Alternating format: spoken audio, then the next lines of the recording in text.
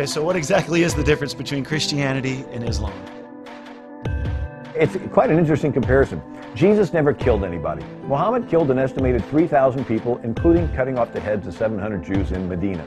Jesus never owned slaves. Muhammad got a fifth of the slaves taken in battle. Jesus never married. Muhammad had anywhere from 11 to 22 wives. He had slave wives and concubines. Jesus never forced anybody to believe in him. One time he said something difficult, and many disciples walked with him no more. But Muhammad said, whoever changes his Islamic religion, kill him. Jesus never tortured anybody. Muhammad, when he conquered the Jewish fortified oasis of Khaybar, the Jewish chief surrendered but wouldn't tell where the tribe's treasure was hidden. So Muhammad had him stretched out on the ground, and they kindled a fire on his chest. He still wouldn't tell, so Muhammad had him beheaded. Jesus forgave insults, dying on the cross, saying, Father, forgive him. Muhammad, when he finally conquered Mecca in 630 AD, he goes into the city and orders several people to be murdered. 3 of the people were Ibn Khattal and his 2 slave girls. Ibn Khattal had made up poems making fun of Muhammad, and the 2 slave girls recited the poem, so Muhammad was insulted, so he ordered them murdered. So Jesus taught that God was our Father. In Islam, it's blasphemy to call Allah your Father. In Christianity, we're all children of God. In Islam, it's blasphemy to call yourself a child of God because Allah took no wife and has no son. In Christianity, we're made in the image of God. Genesis, in the image of God, he created the male and female. In Islam, Muhammad said, Allah has no image. In Christianity, we're taught to have a personal relationship with God. Go into the closet and pray, you and him. In Islam, it's blasphemy to even want to have a personal relationship with Allah because he's transcendent and unknowable. None of the apostles were governors or generals. Every one of the caliphs was a governor or a general. In Christianity, they're singing. The Old Testament, David at the temple, Jesus sang on his way out to the garden, on the night he was betrayed. But in Islam, Muhammad never sang. There's not there's no instruments, there's no musical instruments in Islam.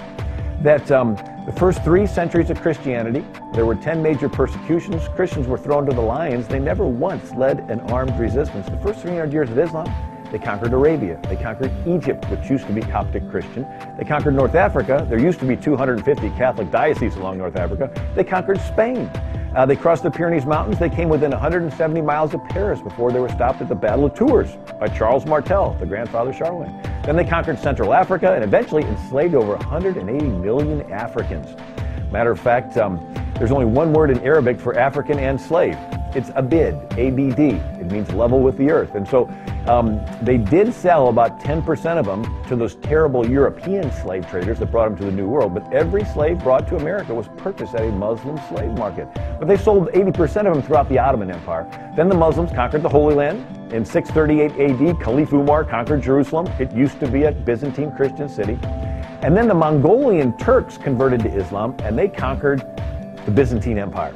Now today that's Turkey, but back then this is where John spoke and Paul spoke in Ephesus and Colossae, Colossae and Antioch, and all 7 churches mentioned in the book of Revelation. And as the Muslims invaded, these Byzantine Christians had to humble themselves and beg the Roman Catholic West for help, which was a big deal because the Byzantines saw themselves as the true Christians. I mean, they spoke Greek, the language of the New Testament, right? And they viewed the Latin West as the church split. But they begged the West sends help. It's called the what? The Crusades. 9 major crusades in 200 years.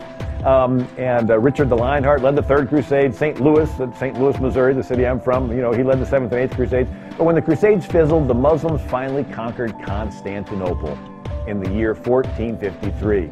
And once Constantinople fell, it cut off the land trade routes to India and China. That's when Columbus set sail. So I didn't mean to give the long explanation, but it's a good explanation. But it's this idea that, again, it's a religious system, a political system, and a military system. And we have a track record. It's like I'm going to pitch a stock investment and I say it's really good. You'll look at the track record, see is it going up or down. If I'm going to pitch a religion, say it's real peaceful. Well, you look at the track record. We just happen to have a 1,400-year track record to see that a whole lot of Christian areas of the world were taken over and they're no longer Christian. And so we have to realize that if we want to preserve this country, bow whatever direction you want as your religion, but when you want to start instituting political laws and you threaten militarily, then you needed to be treated as a political military system, no different than other political military systems that have a global conquest agenda, and once they take over, non-adherents were not equal.